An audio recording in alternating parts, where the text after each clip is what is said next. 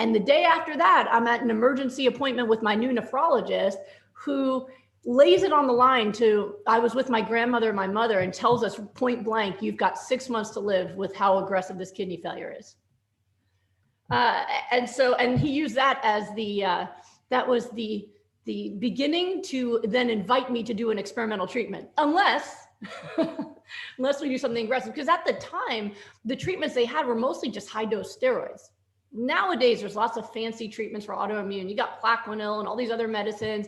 Not that the outcomes are any better, but back then it was high dose steroids and about 6 other pills that I'd had to take a day, which I still took. I took high dose steroids, 6 other medicines.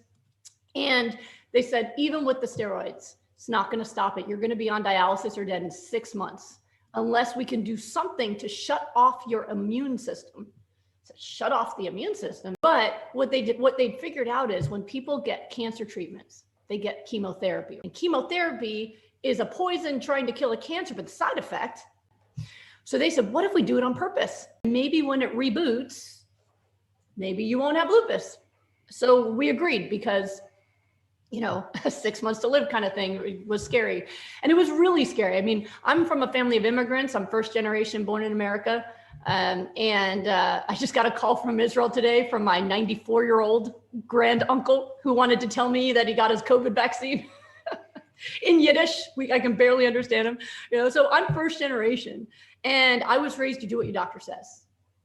People nowadays don't do that, but I was just, you do what your doctor says. But it was devastating. My grandmother's a Holocaust survivor, and she was on her knees begging God to take her life, to spare my life. I mean, it was really awful. And so I just said, okay, we're just going to do what we have to do. And so I did. I did my 7 pills a day.